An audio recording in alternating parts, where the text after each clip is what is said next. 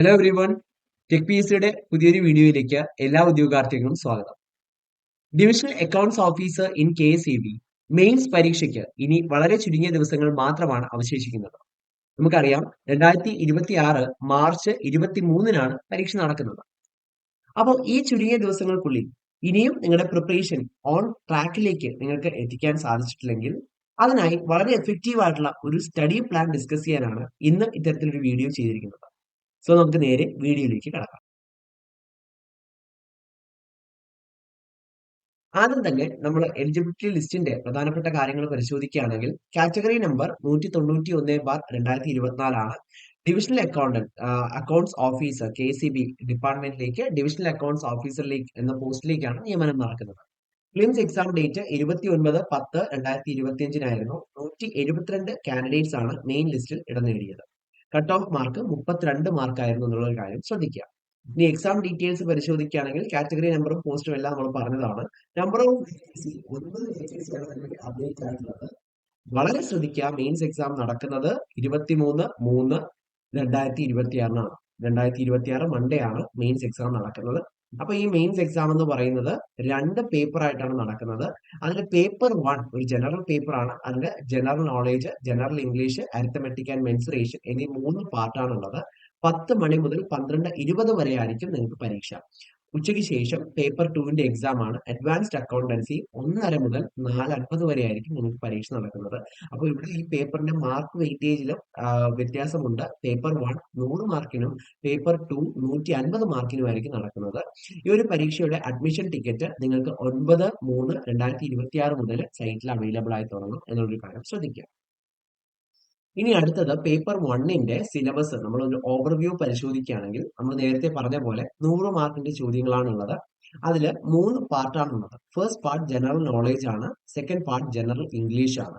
Okay, ഈ 2 പാർട്ടും 25 മാർക്കിന്റെ വെയിറ്റേജ് ആണ് നൽകിയിട്ടുള്ളത്. അതിനുശേഷം അരിത്തമാറ്റിക് ആൻഡ് മെൻസുറേഷൻ 50 മാർക്കിന്റെ ചോദ്യം. സോ ഇങ്ങനെയാണ് ഒരു മാർക്കിന്റെ ഡിസ്ട്രിബ്യൂഷൻ വരുന്നത്. ഇനി സിലബസ് പേപ്പർ 2 പരിശോധിക്കുകയാണെങ്കിൽ അഡ്വാൻസ്ഡ് അക്കൗണ്ടൻസി ആണ് നമ്മുടെ ഈ പേപ്പർ. അഡ്വാൻസ് അക്കൗണ്ടൻസിയിൽ പ്രധാനമായിട്ടും 6 പാർട്ടാണുള്ളത്. ഓക്കെ, അതിൽ 150 മാർക്കിനാണ് പരീക്ഷ നടക്കുന്നത്. ഈ 6 പാർട്ടിൽ ഏറ്റവും പ്രധാനപ്പെട്ട 3 പാർട്ടുകൾ എന്ന് പറയുന്നത് fundamental accounting and accounting standards, double account system. അപ്പൊ ഈ 2 പാർട്ട് 30 മാർക്കിന്റെ വെയിറ്റേജ് ആണ് നൽകിയിട്ടുള്ളത്. അതിനുശേഷം 32 മാർക്കിന്റെ വെയിറ്റേജോട് കൂടി issue of securities and financial statements of companies എന്ന് പറയുന്ന പാർട്ടാണ്. 4ാമത്തെ പാർട്ട് വരുന്നത് company accounts and financial analysis ആണ്. 20 മാർക്കിന്റെ ചോദ്യങ്ങൾ പ്രതീക്ഷിക്കാം. അതിനുശേഷം consolidated financial statements and liquidation of companies 20 മാർക്കിന്റെ ചോദ്യം. കോസ്റ്റ് അക്കൗണ്ടിങ് 18 മാർക്കിന്റെ ചോദ്യം. അങ്ങനെ ആകെ 150 മാർക്കിനായിരിക്കും പരീക്ഷ നടക്കുന്നത് എന്നുള്ള കാര്യം ശ്രദ്ധിക്കാം. ഓക്കെ, ഇനി നമുക്ക് സ്റ്റഡി പ്ലാനിലേക്ക് കടക്കാം. സ്റ്റഡി പ്ലാനിനെ പറ്റിയാണല്ലോ നമ്മൾ ഡിസ്കസ് ചെയ്യുന്നത്.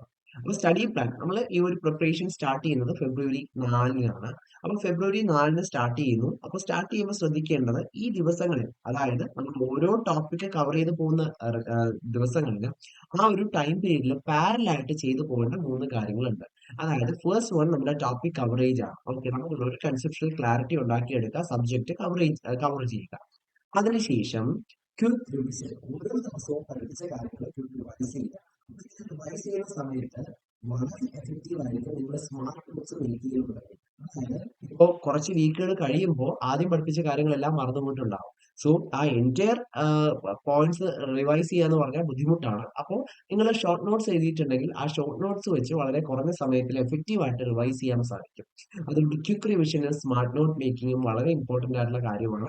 അതിനുശേഷം നിങ്ങൾ ആ ഒരു പെർട്ടിക്കുലർ ടോപ്പിക്കിന്റെ ഒരു ടോപ്പിക് ടെസ്റ്റ് കൃത്യമായി അറ്റൻഡ് ചെയ്തിരിക്കണം. അപ്പൊ ഇത്രയുമാണ് ആ ഒരു പാർട്ടിൽ. അപ്പോൾ ഓരോ ടൈം പീരീഡ് ആയിട്ടാണ്, ഒരു ടൈം പീരീഡിൽ, അതായത് ഇത്ര ദിവസം മുതൽ ഇത്ര ദിവസം വരെ ഈ ഒരു ടാസ്ക് ആണ് നമ്മൾ ചെയ്യേണ്ടത്. അതായത് ഈ സബ്ജക്റ്റിലെ ഈ ഒരു ടോപ്പിക് ആണ് പഠിക്കേണ്ടത്. അങ്ങനെയാണ് നമ്മൾ പറഞ്ഞു പോകുന്നത്. ഓക്കെ, അപ്പോൾ നമുക്ക് നോക്കാം. ആദ്യം ഫെബ്രുവരി 4-ന് പ്രിപ്പറേഷൻ സ്റ്റാർട്ട് ചെയ്യുന്നു. ഫെബ്രുവരി 4 മുതൽ 7 വരെ പേപ്പർ 2-ലെ അഡ്വാൻസ്ഡ് അക്കൗണ്ടൻസി ആണ്. അഡ്വാൻസ്ഡ് അക്കൗണ്ടൻസി ആണ് പേപ്പർ 2. അപ്പൊ അഡ്വാൻസ്ഡ് അക്കൗണ്ടൻസിയിലെ fundamental accounting and accounting standards ആണ് നമ്മൾ പഠിക്കേണ്ടത്. 30 മാർക്കിന്റെ വെയിറ്റേജ് ആണ്. ഓക്കെ, അടുത്തത് 7 മുതൽ 10 വരെയുള്ള ദിവസങ്ങളിൽ, ഫെബ്രുവരി 7 മുതൽ 10 വരെയുള്ള ദിവസങ്ങളിൽ അഡ്വാൻസ്ഡ് അക്കൗണ്ടൻസിയിലെ തന്നെ ഡബിൾ അക്കൗണ്ട് സിസ്റ്റം, ഇതെല്ലാം പേപ്പർ 2 ആണ്. ഓക്കെ, അപ്പൊ ഡബിൾ അക്കൗണ്ട് സിസ്റ്റവും 30 മാർക്കിന്റെ വെയിറ്റേജ് ആണ് നൽകിയിട്ടുള്ളത്, നമ്മൾ നേരത്തെ കണ്ടതാണ്. അപ്പം പാരലായിട്ട് ചെയ്തു പോകേണ്ട കാര്യങ്ങൾ എന്താണ്? സബ്ജക്ട് ഈ ഒരു സിലബസ് അത് കവർ ചെയ്തതിനു ശേഷം revision, smart note making, topic test, ഇത്രയും കാര്യങ്ങൾ പാരലായിട്ട് ചെയ്തു പോകണം, അത് മാൻഡേറ്ററി ആണ്. ഓക്കെ, അതിനുശേഷം ഫെബ്രുവരി 11 മുതൽ 14 വരെ പേപ്പർ വൺ നമ്മുടെ ജനറൽ പേപ്പർ ആണ്. അപ്പോൾ അതിൽ അരിത്തമെറ്റിക് ആൻഡ് മെൻസുറേഷൻ എന്ന് പറയുന്ന ടോപ്പിക്കിലെ എല്ലാ ടോപ്പിക്കും നമ്മൾ പഠിച്ചു തീർക്കേണ്ടതായിട്ടുണ്ട്. 50 മാർക്കിനാണ് ചോദ്യങ്ങൾ പ്രതീക്ഷിക്കാവുന്നത്. ഓക്കെ, 15 മുതൽ 17 വരെയുള്ള ദിവസങ്ങളിൽ ജനറൽ നോളജുമായിട്ട് ബന്ധപ്പെട്ട എല്ലാ കോൺസെപ്റ്റും നമ്മൾ കവർ ചെയ്തിരിക്കണം. ജനറൽ നോളജിന് 25 മാർക്കിന്റെ വെയിറ്റേജ് ആണ് നൽകിയിട്ടുള്ളത്. ഓക്കെ, അതിനുശേഷം ഫെബ്രുവരി 18 മുതൽ 20 വരെയുള്ള ദിവസങ്ങളിൽ അഡ്വാൻസ്ഡ് അക്കൗണ്ടൻസിയിലെ പേപ്പർ 2 ആണല്ലോ അഡ്വാൻസ്ഡ് അക്കൗണ്ടൻസി, അതിലെ issue of securities and financial statements of companies എന്ന് പറയുന്ന ടോപ്പിക്കാണ് നമ്മൾ പഠിക്കേണ്ടത്. ഈ ഒരു പാർട്ടിനാണ്, അല്ലെങ്കിൽ ഈ ഒരു ടോപ്പിക്കിനാണ് ഏറ്റവും കൂടുതൽ മാർക്കിന്റെ വെയിറ്റേജ് ഉള്ളത്. 32 മാർക്കാണ് ഇവിടെ പ്രതീക്ഷിക്കാവുന്നത്. അതിനുശേഷം 21 മുതൽ 23 വരെയുള്ള ആ ഒരു പീരീഡിൽ ജനറൽ ഇംഗ്ലീഷ്, അപ്പൊ ഇംഗ്ലീഷുമായിട്ട് ബന്ധപ്പെട്ട നൗൺസ്, പ്രൊനൗൺസ്, അങ്ങനെ ഒരുപാട് കാര്യങ്ങൾ സിലബസിൽ കൊടുത്തിട്ടുണ്ടല്ലോ. അപ്പൊ അത് മുഴുവൻ നമ്മൾ പഠിക്കുക. ഓക്കെ, ഓൾ ടോപ്പിക് പഠിക്കുക. ഓക്കെ, അപ്പോൾ ഈ ഒരു ജനറൽ ഇംഗ്ലീഷ് എന്ന് പറയുന്ന പാർട്ടിന് 25 മാർക്കിന്റെ വെയിറ്റേജ് ആണ് നൽകിയിട്ടുള്ളത്. ഓക്കെ, അപ്പം പാരലായിട്ട് ഞാൻ ഈ പറഞ്ഞ കാര്യങ്ങളെല്ലാം, ബാക്കി കാര്യങ്ങളെല്ലാം ഇതിന്റെ കൂടെ ചെയ്തു പോകേണ്ട കാര്യങ്ങളാണ്. ഓക്കെ, അപ്പോൾ ലാസ്റ്റ് നമ്മൾ പറഞ്ഞിട്ടുള്ള subject coverage, revision, smart note making, topic test, ഇത്രയുമാണ് ഈ ഒരു ടോപ്പിക്കിലെല്ലാം നമ്മൾ കവർ ചെയ്യേണ്ടതായിട്ടുള്ള നമ്മുടെ ടാസ്കുകൾ എന്ന് പറയുന്നത്. അതിനുശേഷം 24 മുതൽ 26 വരെ അഡ്വാൻസ്ഡ് അക്കൗണ്ടൻസിയിലെ company accounts and financial analysis എന്ന് പറയുന്ന ടോപ്പിക്കാണ്. 20 മാർക്കിന്റെ ചോദ്യങ്ങളാണ് പ്രതീക്ഷിക്കാവുന്നത്. 27-28 ദിവസങ്ങളിൽ പേപ്പർ 2 അഡ്വാൻസ്ഡ് അക്കൗണ്ടൻസിയിലെ തന്നെ consolidated financial statements and liquidation of companies, ഇതാണ് നമ്മുടെ ടോപ്പിക്. ഓക്കെ, ഈ ടോപ്പിക്കാണ് പഠിച്ചു തീർക്കേണ്ടത്. 20 മാർക്കാണ് ഈ ടോപ്പിക്കിലുള്ള ഡീറ്റെയിൽസ്. ഓക്കെ, അതിനുശേഷം മാർച്ച് 1-2 ദിവസങ്ങളിൽ ഇനി അഡ്വാൻസ്ഡ് അക്കൗണ്ടൻസിയിൽ കോസ്റ്റ് അക്കൗണ്ടിങ് മാത്രമേ അവശേഷിക്കുന്നുള്ളൂ. അപ്പൊ കോസ്റ്റ് അക്കൗണ്ടിങ് നമുക്ക് പഠിക്കാം. കോസ്റ്റ് അക്കൗണ്ടിങ് മാർക്ക് വൈസ് നമ്മൾ ഡിസ്ട്രിബ്യൂഷൻ നോക്കുകയാണെങ്കിൽ കുറച്ച് കുറവാണ്. 18 മാർക്കിനാണ് ഈ ഒരു കോസ്റ്റ് അക്കൗണ്ടിൽ നിന്ന് ക്വസ്റ്റ്യൻസ് പ്രതീക്ഷിക്കാനുള്ളത്. സോ ഇതൊരു കോമ്പറ്റേറ്റീവ് എക്സാം ആയതുകൊണ്ട് നമുക്ക് ഓരോ മാർക്കും വളരെ വളരെ ഇമ്പോർട്ടന്റ് ആണല്ലോ. അതുകൊണ്ട് കൃത്യമായിട്ടും എല്ലാ ടോപ്പിക്കും പഠിച്ചു തീർത്തിരിക്കണം. അതിനുശേഷം മാർച്ച് 3 മുതൽ 8 വരെ എല്ലാ സബ്ജക്റ്റും, അതായത് പേപ്പർ 1ഉം പേപ്പർ 2ഉം എല്ലാ സബ്ജക്റ്റും നിങ്ങൾക്ക് റിവിഷനും മൈൻഡ് മാപ്പിങ്ങിനും വേണ്ടിയിട്ടുള്ള സമയമാണ്. അപ്പൊ ഈ ഒരു സമയത്താണ് നമുക്ക് മനസ്സിലാവുന്നത് എവിടെയൊക്കെയാണ് നമുക്ക് പ്രിപ്പറേഷൻ ഗ്യാപ്പ് വന്നിട്ടുള്ളത്. അപ്പൊ ആ ഗ്യാപ്പ് എല്ലാം ഫില്ല് ചെയ്ത് നമ്മുടെ പ്രിപ്പറേഷനിലുള്ള എല്ലാ പോരായ്മകളും പരിഹരിക്കാനുള്ള സമയമാണ് മാർച്ച് 3 മുതൽ 8 വരെയുള്ള പീരീഡ്. അതിനുശേഷം മാർച്ച് മുതൽ 18 വരെ എല്ലാ സബ്ജക്ട്സും അതിന്റെ മോഡൽ ടെസ്റ്റ് എഴുതാനുള്ള സമയമാണ്. അപ്പൊ അത് ഒന്ന് നോക്കുക. എല്ലാത്തിന്റെയും മോക്ക് ടെസ്റ്റ്, ഫീഡ്ബാക്കോട് കൂടിയ മോക്ക് ടെസ്റ്റുകൾ അറ്റൻഡ് ചെയ്യാനുള്ള സമയമാണ്.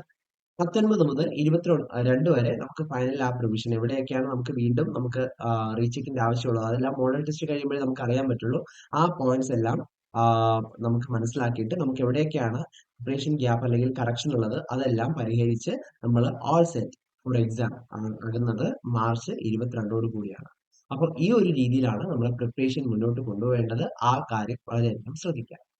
ഇനി ഈ ഒരു പരീക്ഷയ്ക്ക് divisional accounts officer in KSEB പരീക്ഷയ്ക്ക് തയ്യാറെടുക്കുന്ന ഉദ്യോഗാർത്ഥികൾക്കായി tech PSC divisional accounts officer in KSEB mains batch ആരംഭിച്ചിരിക്കുകയാണ്.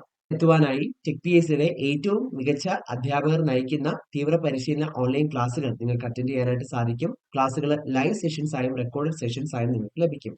ക്യാപ്സ്യൂൾ നോട്ട്സും മറ്റ് സ്റ്റഡി മെറ്റീരിയൽസും PDF ഫോർമാറ്റിൽ നിങ്ങൾക്ക് ലഭ്യമാകും.